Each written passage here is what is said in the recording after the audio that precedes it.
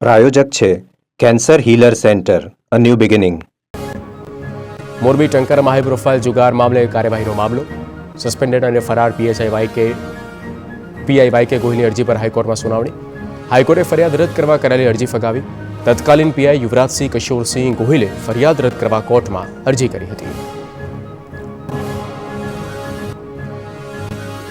અમદાવાદ બાપુનગરમાં સામાજિક તત્વોનો આતંક. સુંદરમ નગરમાં વાહનોમાં આગ ચંપી. ભાડુઆતને પાડોશીના ઘર પાસે વાહન પાર્ક કરવા મામલે માથાકૂટ.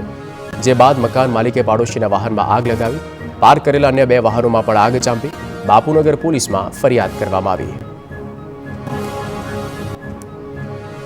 મહાકુંભ માટે શરૂ કરેલી બસ સેવાને મળી રહ્યો છે અદ્ભુત પ્રતિસાદ. અમદાવાદથી ઉપડતી નવી બસ માટે 75% બુકિંગ થયું.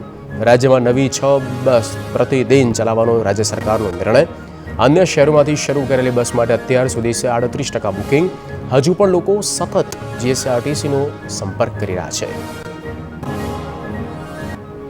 આણંદની ખંભાત નગરપાલિકામાં કૌભાંડો બાબતે પૂર્વ પ્રમુખ, કારોબારી ચેરમેન, અધિકારીઓ પર સકંજો.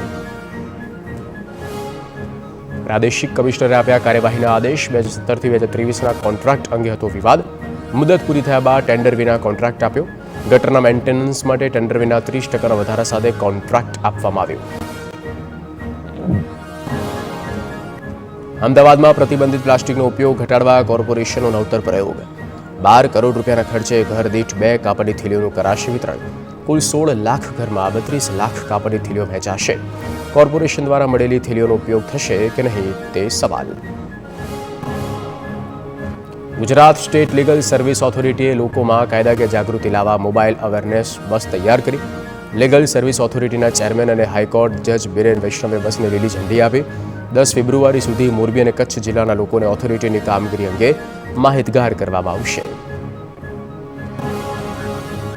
સુરેન્દ્રનગરના જોબાળા ગામે ખાદી ઉદ્યોગના નામે કરોડોના કૌભાંડનો આક્ષેપ. ભોગ બનનાર લોકોએ સીએમથી લઈ પીએમ સુધી રજૂઆત કરી. ઊની ઉત્પાદન ખાદી સહકારી મંડળી પર કૌભાંડનો આરોપ. ખાદી કાર્યાલય શરૂ થયા પછી અત્યાર સુધી સભ્યોને કોઈ હિસાબ ન અપાયો હોવાનો દાવો. વણાટ કામ ન કરનારા લોકોના નામે જિલ્લા ઉદ્યોગ કેન્દ્રમાંથી સહાય લીધી હોવાના પણ આક્ષેપો. સારસ પક્ષીના સંવર્ધન અને સંરક્ષણ માટે ખેડાના માતર પાસે પરિયેજ સરોવર ખાતે ક્રેન મહોત્સવનું આયોજન. રશિયાથી આવેલા વૈજ્ઞાનિકો મહોત્સવના સહભાગી બન્યા. ખેડા જિલ્લાની જમીન સારસને અનુકૂળ આવે છે.